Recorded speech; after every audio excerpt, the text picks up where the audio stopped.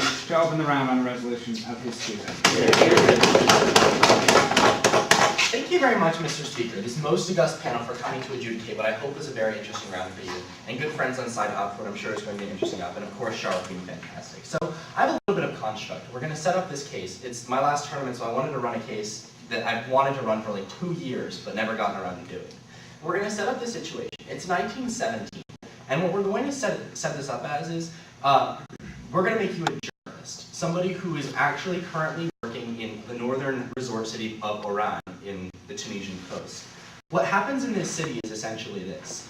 As you go about your assignment, which is unrelated to what is about to happen, you start, like, strange things start happening throughout the city. Rats start dying, then cats start dying, then dogs start dying, then people start dying. What essentially happens is there's an outbreak of the plague, which starts killing people. The immediate response of the French government, who's in control of the city, is to quarantine off the city and make it such that nobody can come or go and nobody can sort of leave. So, naturally, being a journalist, the first thing that you as this individual begin to do is start to essentially try and bribe people, to try and escape from the city, because you have a wife who is not currently there, who you probably like to get back to, and an entire life that's completely separate from these people. After about 6 months, you get the opportunity to leave. You finally make it such that through your back channels, you get a way out. And actually what happens is, as you're about to leave, a doctor who's a friend of yours, he's not a close personal acquaintance, but he's somebody who you've sort of been living above for a while, comes to you, and as you're packing, he says this. He says, please don't go. Please stay, help me make people better, help me make people feel more comfortable as they die, maybe help me come up with a cure for this plague, like, you know, basically stay and risk your own life.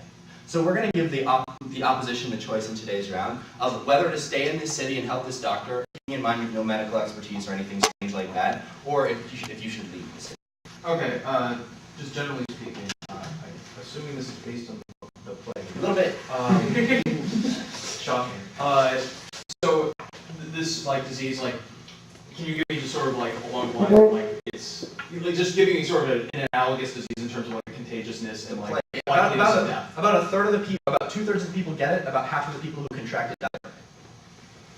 Okay, and is there like? I mean, there's a significant chance you'll die. Like it's not like SARS. Sorry, do you know at this point in time exactly what it is, or is it just like ambiguously people are? Like you don't. I mean, you know, it's a plague. It affects people. Okay. It's 1917. It's not like widespread medical knowledge. Okay. You don't have WebMD yet. I guess my point is that by the 6 months, like you have enough empirics to sort of know exactly what the disease is capable of. Yeah, killing lots of people. Okay. You look around, people are dying. Right. Yeah. I mean, like, yeah. That's. Plague.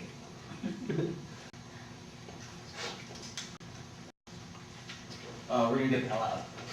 All right, and absolutely that's the side that I really didn't want to have to defend, and the reason for that is very simple. The first reason why we think that you absolutely should stay and absolutely should help people in their waning days, and the first point we want to bring up is we just want to talk about humanity. What we want to say is in this circumstance, you kind of have a unique situation here, right? It's not as if there's an outbreak of whatever the plague in whatever city you're in, unless you're just incredibly unlucky. And you're put in this position where you uniquely have the ability to take these individuals who are going to die and make their final days better. And what we want to say is, even though you don't have particular medical knowledge or anything like that, like the end of all morality doesn't come down to whether or not you have some sort of instrumental value. We think that largely the point here is that you have expressive value in staying. You can actually determine that you're going to be the good person. Look at any sort of moral statement that anybody makes. It's not self-preservation, which is what most people generally misconstrue things as. It's special preservation. It's upholding the value of having a community and a society. And when individual preservation serves that end, that's a good way to go. But in this circumstance, what we're going to say is that you have a greater obligation to humanity to be a better person and to be the individual who's not going to bail out on his fellow man in the darkest hour. What we're going to say is you should listen to your better angels and listen to this doctor and stay and help these people, because even though you can't necessarily, do surgery or something like that, the simple value of your staying makes a moral statement and makes you a more human individual. We're also going to say that you should show courage in the face of adversity. We think there is just a de facto facial value to the idea that when faced with a difficult circumstance, you decided to stay and face it, and you decided not to run away. We think this makes you a better person, and it makes you somebody who, even if you were to die of this disease, even if you are to be killed by this, have done something which is more important than whether or not you go on living your life as a coward. The final thing we want to say under this point is that we don't think that you can live with the guilt for the rest of your life, knowing that people needed you, children needed you, people who didn't do anything wrong, who just happened to be born in the wrong city, who you've lived your life with for these last 6 months. If these people are dying and you choose to do nothing about it, we don't think that guilt is something that you can live with. We don't think that guilt is something which will allow you to sleep at night if you're even vaguely an individual with a conscience. The second thing we want to do is we want to talk about what can you do. Because we think that a lot of the ops are going to be based on, well, you're not a doctor, you can't prescribe medicine or do anything like that, but look at what you can do. One of the most important things you can do by staying is represent hope to these people. Recognize that in a quarantine situation, a lot of people sort of don't see the outside world. They aren't getting news feeds or CNN or Le Monde or anything like that. These people are isolated and cut off and have been for a while. And the only thing they have going for them is that they're dying in droves. This isn't a situation where these people are going to be very well off. What we say is by showing them that somebody cares about them, somebody who had the opportunity to leave has decided they aren't going to leave and they aren't going to abandon them, is going to give these people hope in a way that no other action that somebody can take will. We don't think that you need to be a doctor in order to instill sort of this idea of hope in people, and we think that just the value of believing that people care about them is actually going to save lives insofar as people aren't going to give up and die. Sure. Okay. I think most of these people who have the plague, if given the similar circumstances to you, would have gotten the hell out themselves. Do you really think they're going to be so upset that people are leaving who could I don't think that's true, actually. I think that if any of these people also have a conscience, that they wouldn't abandon their friends, neighbors, and family. I think that in a lot of circumstances, when people are faced with these difficult choices, it is sort of a test of what type of person they are, and a lot of times people don't bail out on people. Look at sort of circumstances like pre-Reich Germany. People didn't actually stay knowing that the coming racism was happening, right? Like, people always ask, why didn't the Jews just leave once these first programs were put in? And the reason for that is because they see people around them having a hard time, and their first instinct is to help those people, not to abandon them to the abyss. The other thing we tell you can do is you can ease suffering. Recognize that in a lot of circumstances, you aren't going to be sort of the tipping point, right? But we don't think that that means you should abdicate this sort of obligation to these individuals, or to say that you wouldn't have any value to these people. Look at sort of one soldier in a phalanx, right? He isn't going to be the difference between winning and losing. But still, that servitude, that idea that you can be part of a greater whole, and that you can be part of sort of the army that's helping these individuals live their lives. You can assist this doctor. Even if you're just doing that, we think that it is a worthwhile goal and a worthy thing for you to be spending your life on. The third thing we want to talk about, though, is your obligation as a journalist. What we tell you is that other people need to know about this. And if you get the first 3 chapters down, and then nobody finds out what happens with the rest of that, we would say that this is a story that needs to be told to the rest of the world, and a story that needs to be told so that people can understand sort of the condition of humanity. We would say that in a lot of circumstances, just knowing something happened isn't enough. Look at sort of the difference between, I guess, like a Kissinger-style report of the Holocaust versus Night or Anne Frank's diary.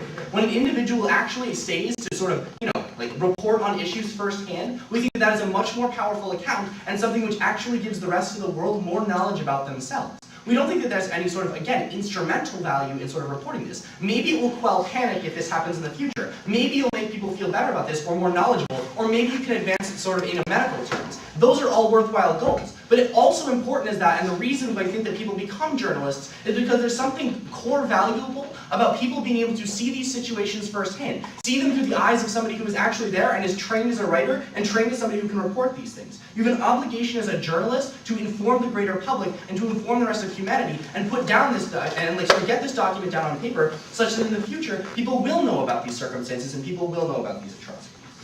So fourth and finally, we want to talk about your obligation to your family, because you also have a wife. And we think that one of the things that people, again, commonly misconstrue these obligations to be is your obligation to this other individual is solely in being there, being a breadwinner or something like that. What we're going to say in today's round is you have an obligation to be a better person for her. You have an obligation when you're in a relationship like this, especially a deep and loving relationship, to deserve your spouse and to be a better person and to deserve the love that she's giving you. For better or worse, till death do us part isn't necessarily just you have to be there. You also have to be the type of person who she would want to be with, the type of person who doesn't walk out on their obligations, the type of person who cares about humanity enough to not decide that they're going to walk out and just leave because they're afraid of a little disease. We're proud of those. Thank the Prime Minister for his remarks, and now call upon the Right Honourable Leader of the Opposition, Georgios Theophanous, to deliver the second constructive speech of the round, Deconstructing Side Government. Thank Thanks everyone for being here. Remarkable house for the third round. Thank you very much. Good friend side, Gov, for a very interesting case. Alexander for being a fantastic partner all year. He's going to do a great speech. Okay, so I have 4 things I want to talk about on our side. We think that the right decision in this case is to leave the town, and there are 4 reasons why. The first thing is just something that Greg talked a little bit about preempting, but understand it's actually really significant. You don't have any expertise, and your being there is not actually going to have any impact in significantly improving the people's lives. Observe, first of all, you don't have any medical expertise. So while you're there, it's not like you're going to be going to your Berkeley research lab that apparently they had in Tunisia in 1917, helping them with research, and you're going to figure out a solution to the plague, right? Clearly that's not going to be the case. Second, it's not like you're capable of surgery or all these other kinds of things. It's somehow, I don't know, if things are going wrong, you can alleviate the burden on certain people. So there's no benefit there. So the only real things you might be able to do is stand around the bedside and take the cup of water back, turn it out, fill it with new water, bring it back. But anyone in the town can do that. So your staying there doesn't add any additional value to the medical expertise that's going to be occurring there.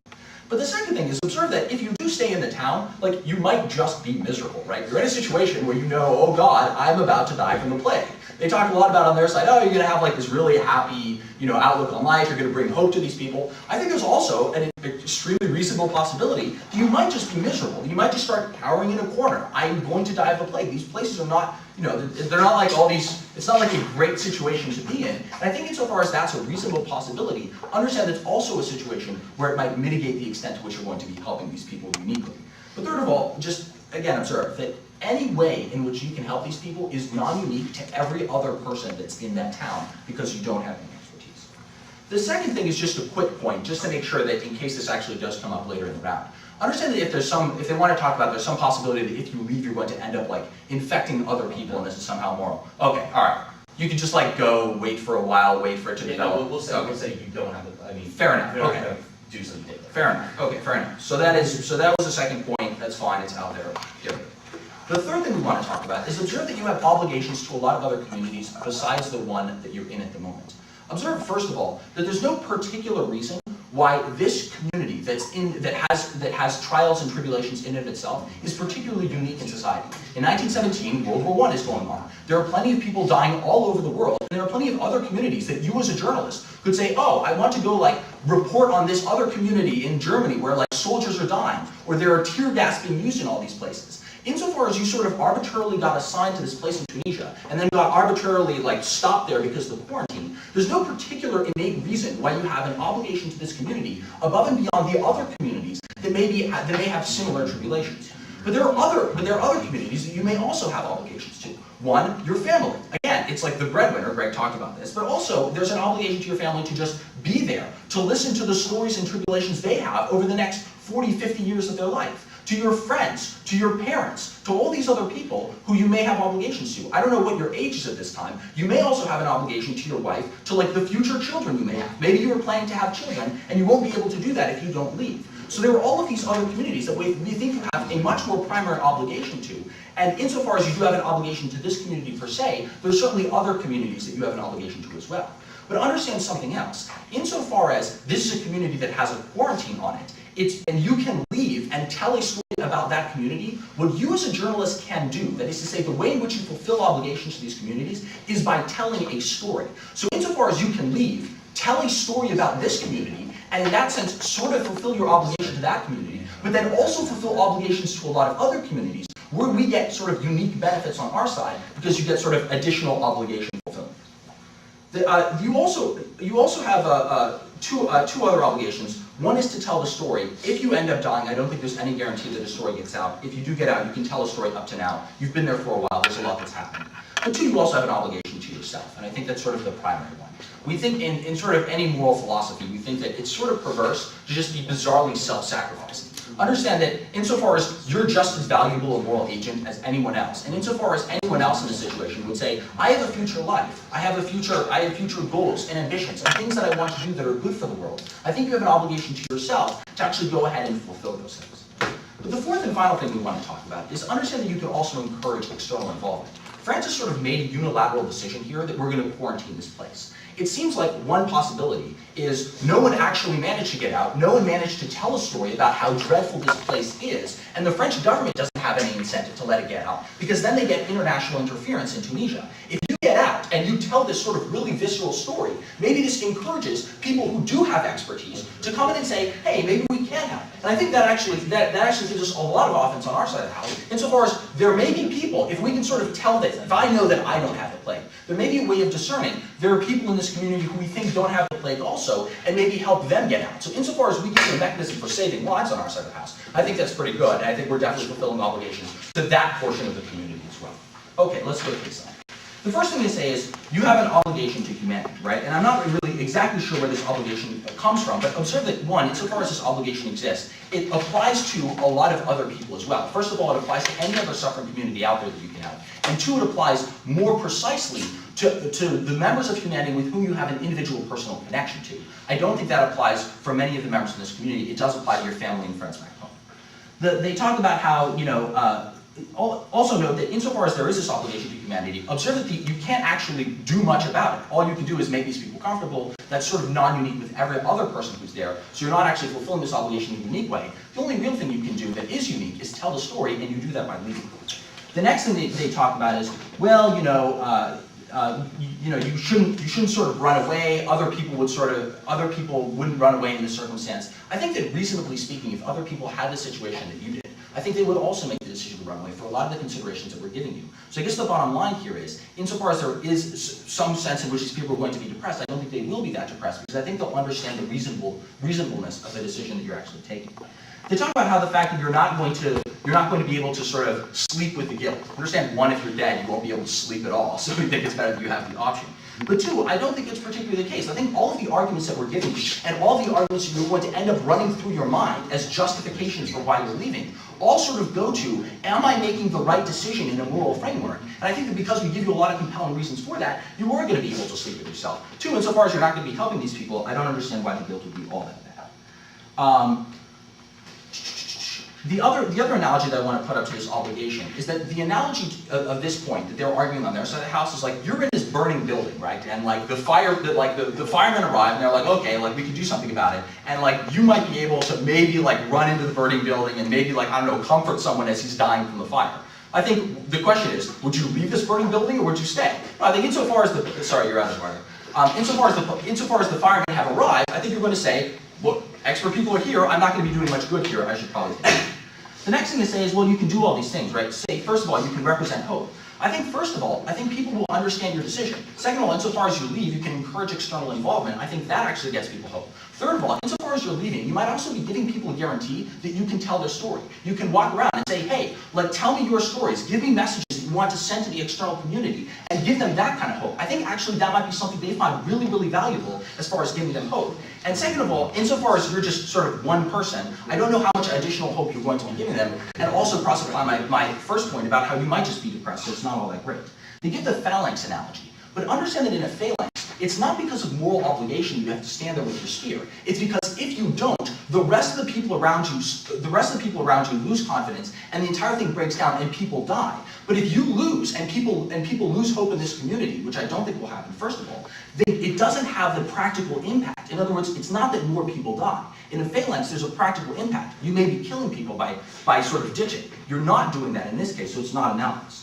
The third thing they talk about is an obligation as a journalist to tell the story. They say you can't tell the end of the story. Understand there are a lot of other stories you might tell, and there are certainly things that are valuable up to this point, and you can encourage external involvement. And finally, as far as obligation to family, you have an obligation to be a good person. I don't understand where this obligation actually comes from. They need an explanation for that. But two, I think you also have an obligation to your family to sort of do all the right things for the reasons we talked about. But third, to actually be there for your spouse, to talk to them, to be a fellow companion. That's what you promised to do when you actually married your wife in the first place. For all these reasons, we're very proud of you. Thank the Leader of Opposition for his remarks, and now call upon the Honourable Member of the Government, Shauro Bagchi, to deliver the third constructive speech of the round, reconstructing the side government.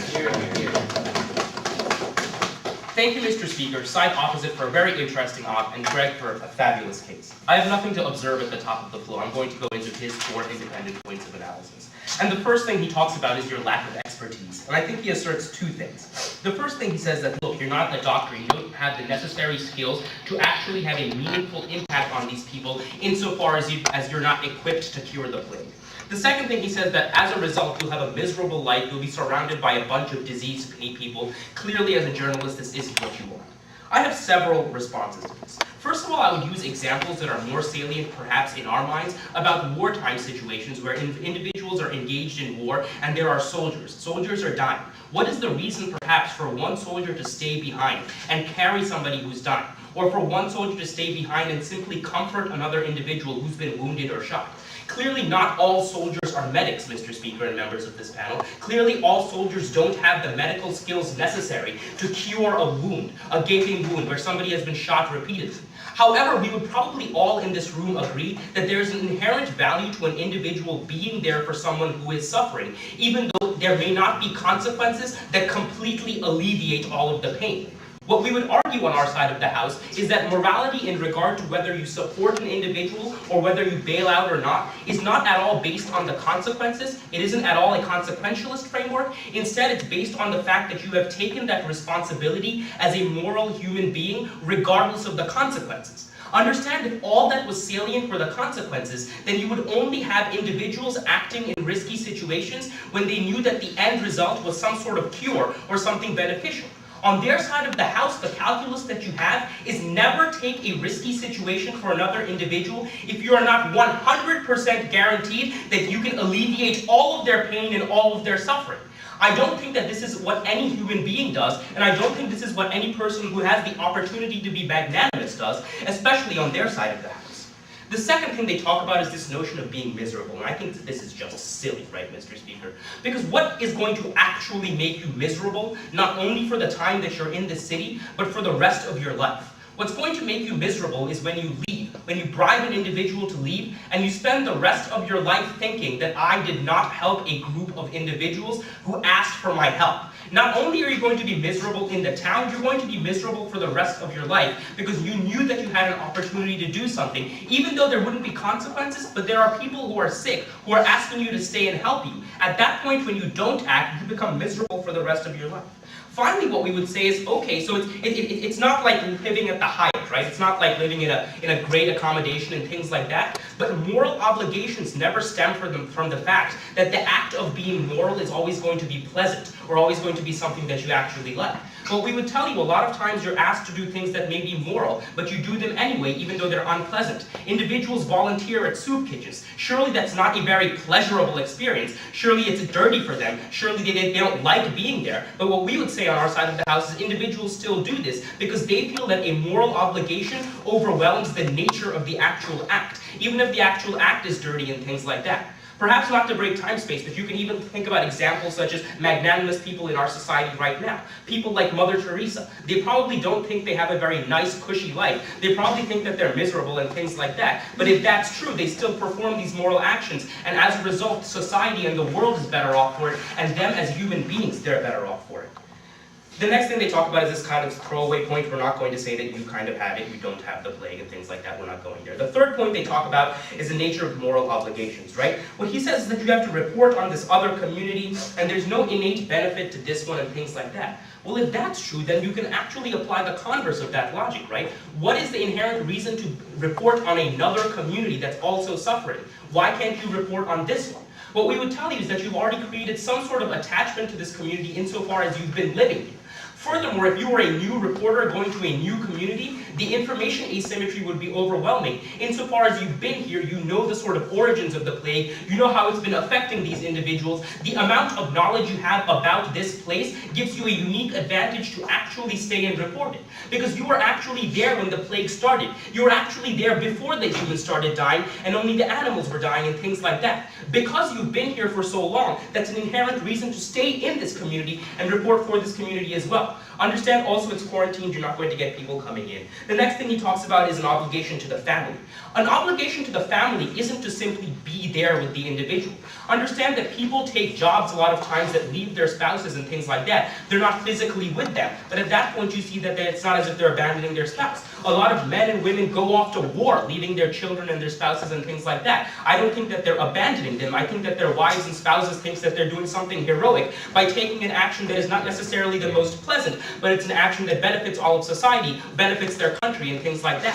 I think Greg makes a very important point about actually earning your marriage and earning your love and things like that. I don't think a wife appreciates you simply because you're, sitting next to her, but she appreciates you because you're a magnanimous human being with certain characteristics that is respected by all of humanity, something they don't get on their side of the house. Your wife will not admire you if you're a coward and things like that. Sure. Okay, look, when you take on obligations to fight for your military or your country, the term you used was you are benefiting your country or your military. In other words, you're doing something active to improve a cause. Do you think your wife would be as understanding if you said, I'm going to go to Africa to die and just comfort people who are dying and not do anything to help them? The response to your question is very, very simple. As one individual in a war under your framework, the war doesn't turn on your involvement in the war. However, you still participate because you are that one soldier, and you're contributing to that effort. A lot of times there will be soldiers that go into war and never fire a single shot, never kill one person in the enemy. Does that mean that their involvement in the war is bad? That their involvement in the war was, not served? Well, absolutely not. It's this notion of duty that compels you to be there, a duty we think you should uphold on our side of the house.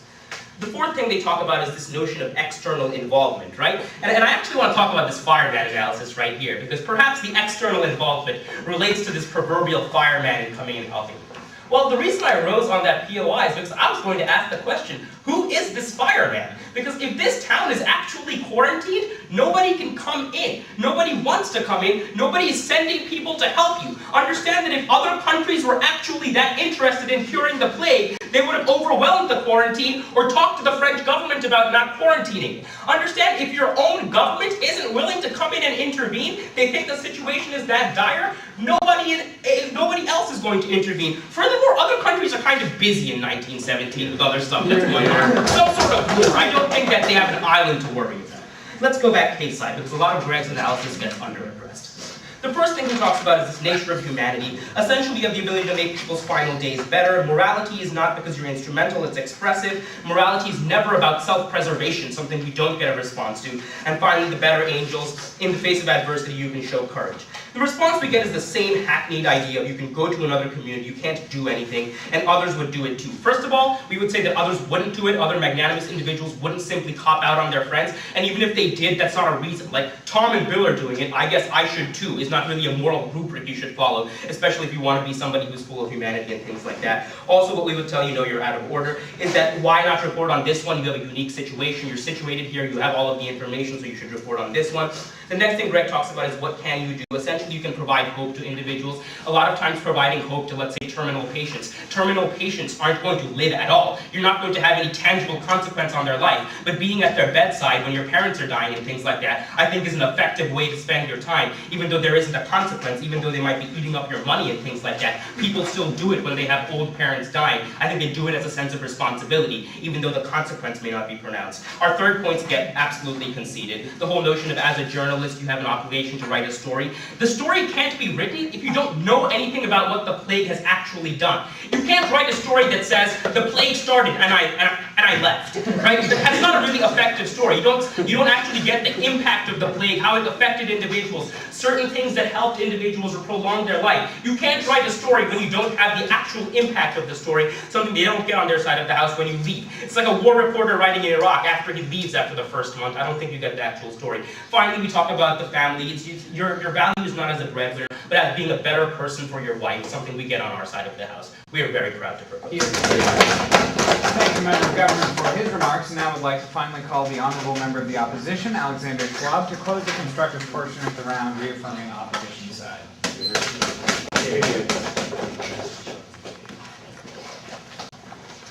Thank you, Mr. Speaker, this honorable panel, this august house for round 3.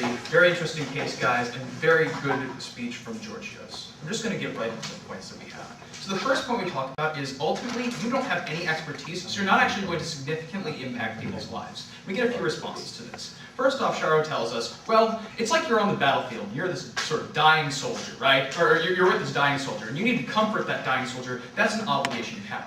This sort of misses the point, though. The analogous situation is you're a soldier on the battlefield. You have obligations on other battlefields. Your general wants to send you into battle in other locations. You have obligations to other men out there whom you already agreed to sort of help in protecting them. And at that point, you decide to forego all those other obligations in order to sit here and accomplish no actual good by comforting this dying soldier.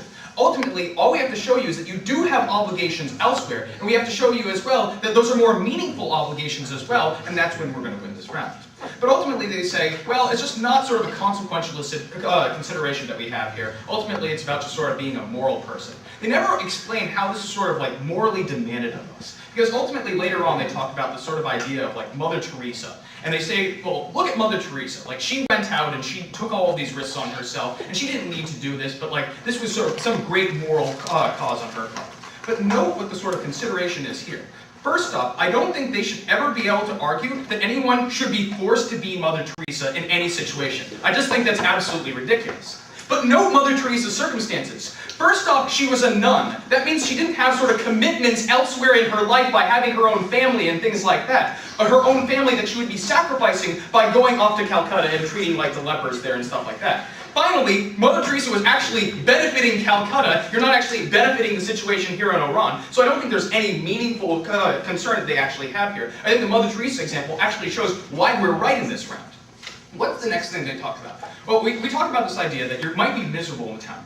They say you're going to have moral guilt. No, Mr. Speaker, I'm not really sure about this moral guilt. Like, I don't think you necessarily feel guilty whenever you don't take a supererogatory act onto your own shoulders. In fact, I think the very purpose of this round is to determine whether or not you ought to have moral guilt in this sort of situation. I think that's what the question is ultimately. But note, basically, another response. I think that generally speaking, this misery, and this is sort of like, when you sort of sit in a situation where you see like the meaninglessness of suffering, where you see people dying of the plague, that's the sort of thing that makes you question sort of the meaningfulness of existence. Because sure, you might be giving hope to these people, but you lose hope when you sit there and see people dying of the plague, innocent people dying of the plague, innocent children dying of the plague, people who have done no wrong, who don't deserve this suffering, and the only way you're going to be able to reaffirm your own belief in humanity and the meaningfulness of the universe is if you leave this terrible, terrible hellhole and actually reaffirm it by rejoining society and seeing the real life that you can actually have there. Sure. If you aren't morally compelled to act when dying people are asking for your help,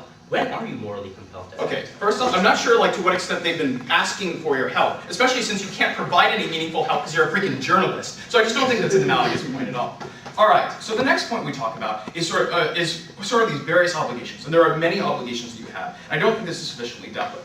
First off, we ask, why is this community sort of unique in society? Why is there somehow a commitment that you have to Iran when you were just sort of assigned here as a journalist? Why is this some community that you need to care about, more than the community in your hometown, which might be undergoing sort of like World War I right now? Maybe it's your own hometown that there are like Germans outside of right now, or at least your home country has Germans within it right now. And I think that those are communities that you have opted into in some extent, and those are the communities that you do identify with, rather than some random journalistic assignment. And I don't think that they ever explain to you any time in this round how, just by virtue of having been in a city on a journalistic assignment, you somehow have carried an obligation to all the members of that city, especially an obligation that trumps other obligations, and an obligation that forces you to take on undue risk to yourself. I just don't think that they justify this in any way whatsoever.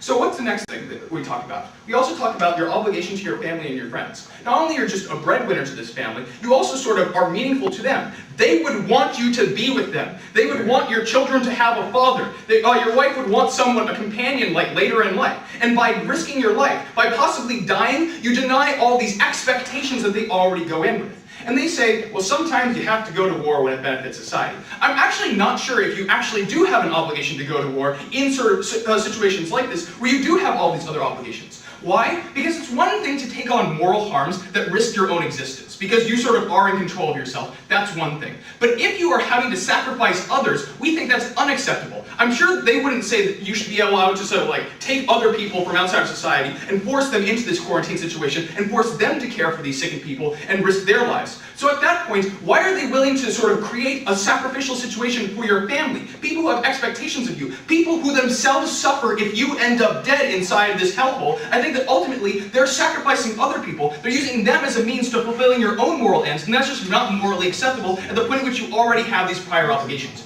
Sure, if you didn't have these prior obligations, then you could do whatever you wanted with your life. But you've taken these on yourself, and at that point, you just don't have the same level of freedom because you already obligated yourself to other people. You already have this duty to other people. The third thing we talk about is how this fulfills journalistic obligations, because you can tell the people's story, and you can also report on other things, maybe World War I, which is substantive and important. They talk about how, well, there's an information asymmetry here, and so you won't be able to get out and actually do a good job during World War I. All right. First off, I just find it very odd. They argue this sort of later on in the round. They talk about how you need to finish the story. I'm just not sure what new information is going to be coming out by your stay. I think that the end of the story is pretty much like the beginning of the story. And they died. I think that's pretty much what you've already figured out about the situation. I'm not sure how many more details you can get. Maybe you can get more details about individuals' lives, but you've already been in this community a decent amount of time. You've already been working under the sort of auspices of the quarantine for a decent amount of time. You have these stories on paper. You can go and report them. And a point they completely drop is, if you're dead, no story gets reported at all. They seem to miss this very, very relevant fact. If you can't report it because you're dead, then there's no actual benefit on their side of the house. So ultimately, I think they just really missed the boat on this point. Not to mention, even if you want to talk about sort of just the general ability to report, you can already go back home, you can report on most of the situation, and you have the unique benefit on our side of the house of, say, taking on new journalistic assignments that are also important to people back home. The next point we talk about is sort of the obligation to yourself. And we say, why should you be bizarrely self-sacrificing? Other people wouldn't do this. And they say, well, sometimes you have sort of these moral obligations. But I think that it's very odd in this sort of situation. It's sort of analogous to suicide in a certain way. Why do we think that suicide is unacceptable on a moral sense? We think it's unacceptable because you're sort of foregoing your future capacity for rationality, the future choices you might be able to make. So sure, you might be affirming some choice now, but it undermines your sort of future self's ability to make any choices on into the future. The final thing that we talk about as an obligation is that maybe you can encourage others with expertise to actually use their expertise inside. They say, well, if the government's actually not helping these people in this situation. That wasn't our point. Our point wasn't that France is actually going to go help. Maybe you can get some privately minded, very altruistically concerned citizens, the sort of supererogatory citizens that they want you to be, but you're not going to be any use in being. Maybe get those people to go in and actually do some real good. They missed the analysis here. Another point to flow through. Let's get back to case, because I don't think they really defend against a lot of our concerns here. They talk about humanity and how you have this sort of general obligation to humanity, but they never explain why this general obligation to Iran as a specific city occurs in any way whatsoever. Rather, we've talked about other obligations that you've accrued. You took on sort of a voluntary obligation to your family, to your friends when you began relationships with them. You don't have this voluntary obligation to the same extent to these other people. Even if you believe that you sort of have an automatic obligation to the people who happen to be in the same community in which you inhabit because you were assigned there on a journalistic assignment, then you still have to notice that it's a trumping obligation when it's a prior obligation that you've taken on through your own sort of voluntary free will. This is basically the point they seem to miss, that other obligations trump insofar as they already existed and insofar as these people have reasonable expectations of you not to sacrifice their interests as well as your own. Basically, they talk about this expressive value in staying, and how you have to have courage in the face of adversity, and that you can't live with the guilt. I've already dealt with this guilt point, but note that we talk about how, if you're in a burning building, you wouldn't do this. And they sort of try to mock this point, but I think the point, pretty much stands. If you're in a burning building, you have two options. You can sort of sit there and comfort people. Say you don't have the capability of even taking people out of the burning building. You can say and comfort people who are, burning to death, or you can get out of the building while the firemen are already in the building doing the job. And maybe once you get out of the building, you might also call more firemen to go in and help other people. This is another benefit to our side. I just don't think that they get.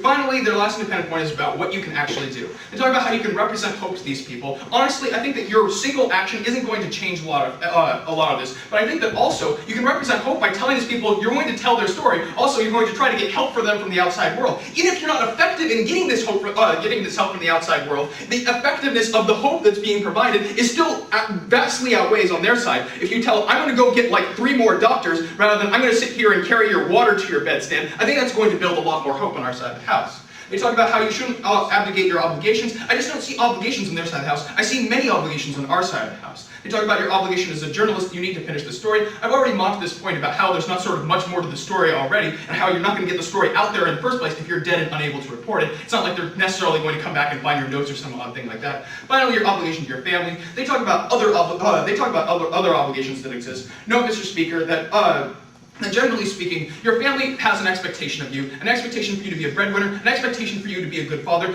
and all of these aspects, they are undermining that obligation. Thank the member of opposition for his remarks, and now would like to recall the leader of the opposition to open the rebuttal phase of the round without new arguments. Very good.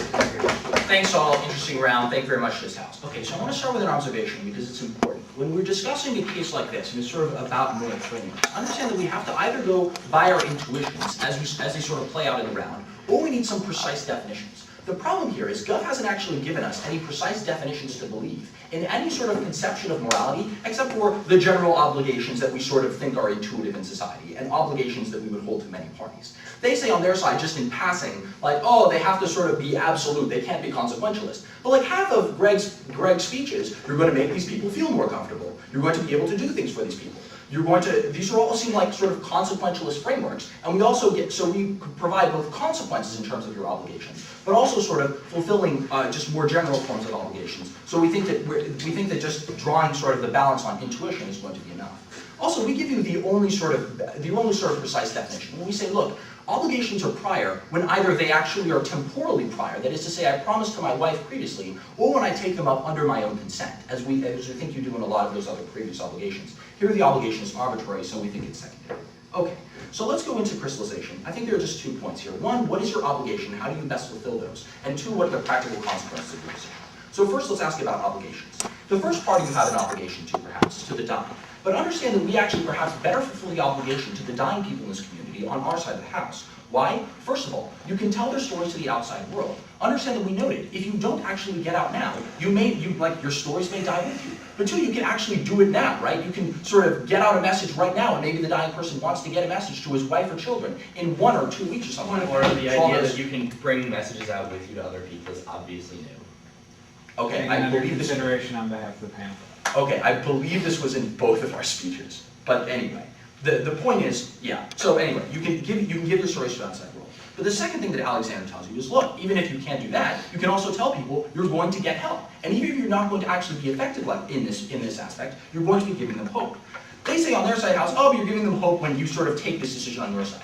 But what do we tell you? We tell you, first of all, that because most people would probably take a similar decision in your position, what's the impact? The impact is they don't actually feel depressed when you actually take the act because they understand it. That's not a claim that it's a moral decision on our side of the house, but it's a consequentialist argument to say that they will understand it and not be decreased very much in their understanding of what you actually did.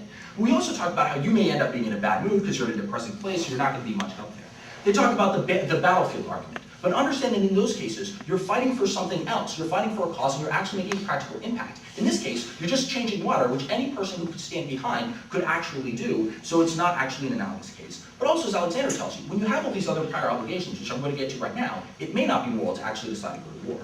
So what are the other parties that we think you have obligations to? Second, to your family, right? They say you have an obligation to be a good person. And I don't understand why this is primary when it comes to marriage vows. The marriage vow isn't, I promise to be a platonically good person. The marriage vow is, I promise to stand by you in sickness and health, to be there for you. When you sort of arbitrarily make a decision, I'm going to go kill myself just to sort of comfort someone else when I know I can't actually do anything to save them, that doesn't seem like something that's upholding the marriage vows. We also say you have an obligation to the potentiality of future children, to your friends, to your family, to be them, to help them out, and all these other things. And I think these obligations trump because they're prior and they're to another, and they're to a community that you have a more clear connection to. The third obligation you say is you have an obligation to yourself, right? Insofar as their claim on their side of the house is you have a moral obligation to help these other people. We're just saying on our side, value yourself in the same way that you value your other people. You value the other people. You're a morally you're a morally worthy person. Your choices are going to be important. You may either, 1, be able to do actual good in the future for other people, but 2, you're just valuable in and of yourself. So save your own life, and I think that's important. Understand that insofar as you value others, you should also be willing to value yourself, and you're risking the possibility of dying. So second, what are the practical impacts? We tell you, look, 1, you may encourage other countries to get involved. You may encourage other countries to get involved and encourage other private parties to get involved in all these other things. For the party of people that aren't dying, we think this is crucially important. That's how you fulfill your obligation to them, helping them not die. You're not doing anything by actually staying in the community. That's how you fulfill your obligation there. But the second thing we tell is you can tell stories elsewhere and tell more important stories. We say there's no real reason why you should value this story above any other ones, insofar as you're just arbitrarily assigned to it. They say, stay there, make sure you finish the story.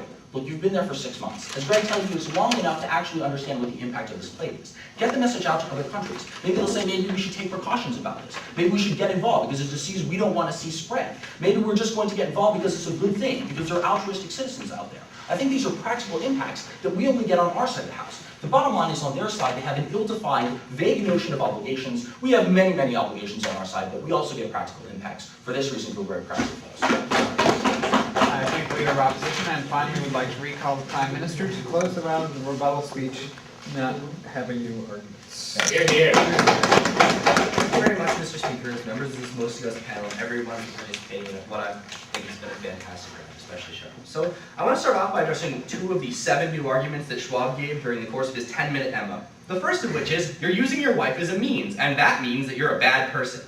He never explains how you're using your wife as a means. He never says why this is somehow bad. Insofar as she's never participating in any sort of action on your behalf, you're not forcing her to stay in the city, we're not sure what means you're using her as, or what ends you're even using her for. The other thing that he talks about is, suicide is immoral because your future self and your capacity for reasoning in the future is impinged. This is just nuts, right? The reason that we think that suicide is generally immoral, well, first of all, we don't concede that, so the presumption that this proceeds upon is something that they had to actually prove and never got around to proving. But even if that was true, if you believe that, then no action you ever take, which in the future limits your choices, is something that you should ever do. Don't get married, you can't have sex with other women. By limiting your choices in the future, you're automatically doing something that's immoral. This is a silly moral framework, and while they precisely define it, that doesn't make it good, and that doesn't make it better than the ones that we have. So the first thing I want to crystallize on is what can you do? And I want to first deal with this silly idea of getting external help. Look, Shauro deals with this. Other countries are occupied. It's not like they're sort of focusing on this coastal city in Africa, and the fact is, it's not like you're going to get people to be able to go in anyway. There's a quarantine. It's not as if there's like a quarantine one way. It's not like one way people can go. As we say in contract, no one's coming in and nobody's leaving. You're not going to be able to get any of this other help. So this new argument, tell them that you're going to get people, here's how it works out. Okay guys, I'm going to peace out and go get some doctors. A couple months later, no doctors. Doesn't seem like you're doing people very much over there. Recognize that you can't get any external help. You also can't find a cure. And there is no Berkeley lab here, if for no other reason than because it wouldn't be named the Berkeley lab if it was in Iran. Realize that the idea is you can't ease people's suffering. Is it the moral action? Yes, absolutely. They say, what can you do? But they say, you can't save lives, so there's nothing that you can do. That's stupid. There's things that you can do within the confines of not actually curing people of the disease. If you start going to Africa and working for Peace Corps, if you start feeding people who are starving, you're not helping them in the long run. You're not curing the disease of poverty. You're not preventing these people from being hungry the next day or 12 hours later. But that doesn't mean that you're not doing something for these people. Realize that Shauro talks about soup kitchens. People work in soup kitchens because they think that it's the right thing to do, even absent some sort of effect, which actually ends up curing that individual. He's still going to be poor the next day. He's still not going to have a home. But if for that brief period of time you can alleviate suffering, something you can clearly do in this circumstance, we think that that is in and of itself a benefit that we get on our side of the house. Look, when you have somebody who's in a hospital bed, what do these people need? These people don't need cures. They don't need aspirin and stuff like that. And they're right, someone else could wrap their heads. What these people need is hope. What these people need is for the twilight of their lives not to be spent thinking that the world has forgotten them and the world doesn't care about them. That's something we uniquely get when we say we could have left. We could have left you behind like the rest of the world has, but we are willing to stay. That's why it's important that it's you. That's why it's not just some other guy down the street, because you don't have a link to this community, and that's how you get the benefit of making these people get hope. The other idea that we brought up way back in the PMC that we didn't talk about is pragmatically. Point of order, the idea that you give extra hope because you have no obligation to this community is a new point. Taken under consideration on behalf of the panel. Sure, we don't think it matters, honestly.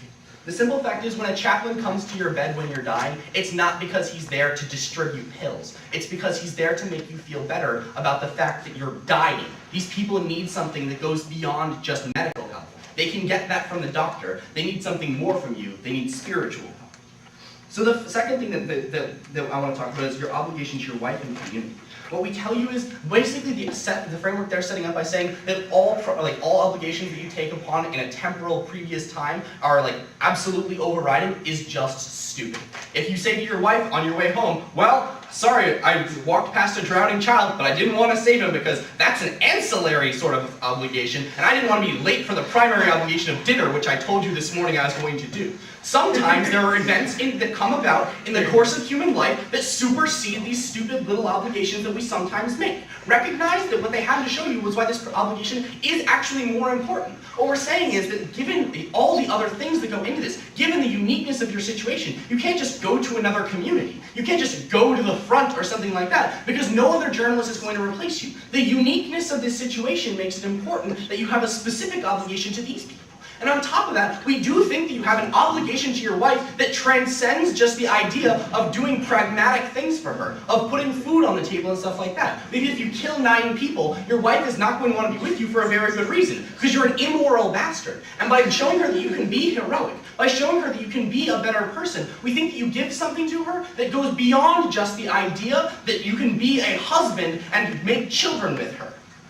So for third and finally, I also want to talk under this about the idea of being a journalist. Recognize you don't have to live and get out and give it to a publisher to be a journalist. We've all read the Diary of Anne Frank. We all know that she didn't exactly give it up to HarperCollins, right? Yeah. The simple fact is that being a journalist means going and staying through the story. They say, you got enough. You got a couple chapters, maybe you'll get your advance out. That's not enough. You actually have to tell the Point of order, this point that like Anne Frank's diary was able to get out, like I could have mocked this thoroughly in MO, but I wasn't able to because it wasn't enough. Also because you took 10.5 minutes. Taken into consideration on behalf of the panel. Sure. My speech keeps linked. The third thing I want to talk about, though, and the final thing I want to crystallize on is what is the moral thing to do? Op philosophy has consistently been, if you can't effect this, then this choice doesn't matter. That if somebody else could do it, this choice doesn't matter. Recognize the important thing here is nobody else can do this. There are no firemen coming, and there are people who are passed out on the ground and need to be saved.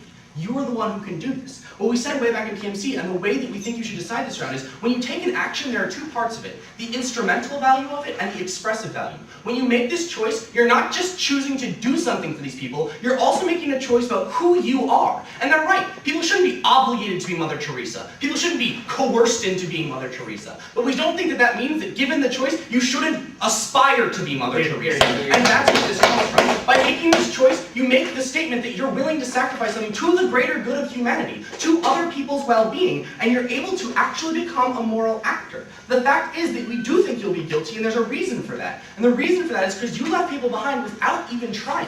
We think that there's a value to just trying to save the drowning child, even if you can't swim out there. We think that at the end of the day, the only argument they've given against anything in this round is maybe you'll be sad. We don't think the fact that you'll be sad and maybe a little tearful is a reason to give up your obligations to humanity. Look, Mr. Speaker, we all have a type of plague. Everybody in the world is dying in some sense of the word. If you believe that you should help other people, make that transition from the cradle to the grave a little bit easier for everybody. Make it so that everybody really does have a better life, and so that we can work towards something as a community, as humanity, and you should vote side Gov in today's round. We're proud to put those. You're across the round. Thank you all for joining. Yeah, I think so.